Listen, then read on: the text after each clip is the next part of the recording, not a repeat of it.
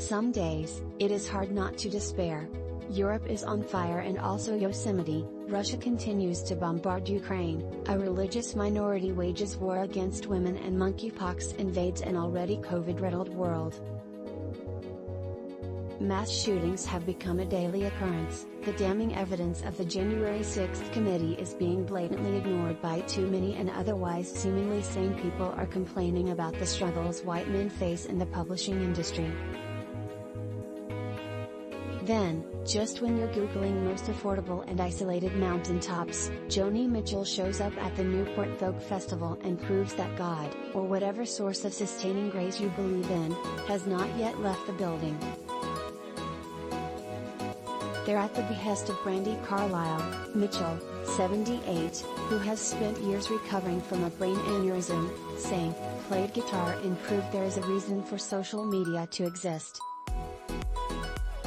Most of us were nowhere near Rhode Island when this miracle occurred, but thanks to video posted to YouTube and shared widely through every media platform available, we all got to start our week watching Joni Mitchell live, performing Summertime, The Circle Game, and most especially Both Sides.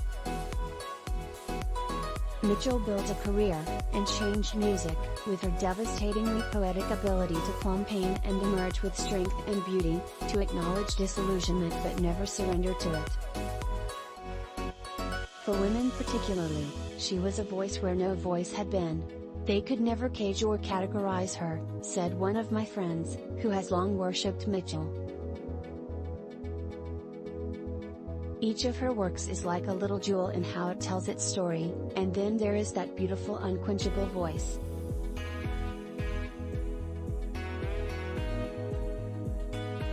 That voice, grown deep and a bit raw with age, pain and survival, rose and dropped from the stage at Newport as she drew her still iconic images of clouds and love and life's inevitable swing between ecstasy and heartbreak.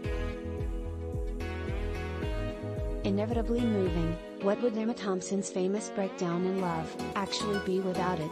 Both Sides now has never sounded so powerful, so genuine a description of the constant human tension between reality and hope, desire and downfall. Though supported through some of the higher notes by Carlile and Wynonna Judd, the performance was all Mitchell, floating into the hushed terror not just as her signature song but as a benediction. Mitchell delivered the song's conclusion, "I really don't know life at all," not in bewilderment or wistful regret but with amused surrender and a glint of delight. Why waste time trying to pin down the unknowable? And who would know more about that than Joni freaking Mitchell? There wasn't a dry eye in the house, at Newport or in mine.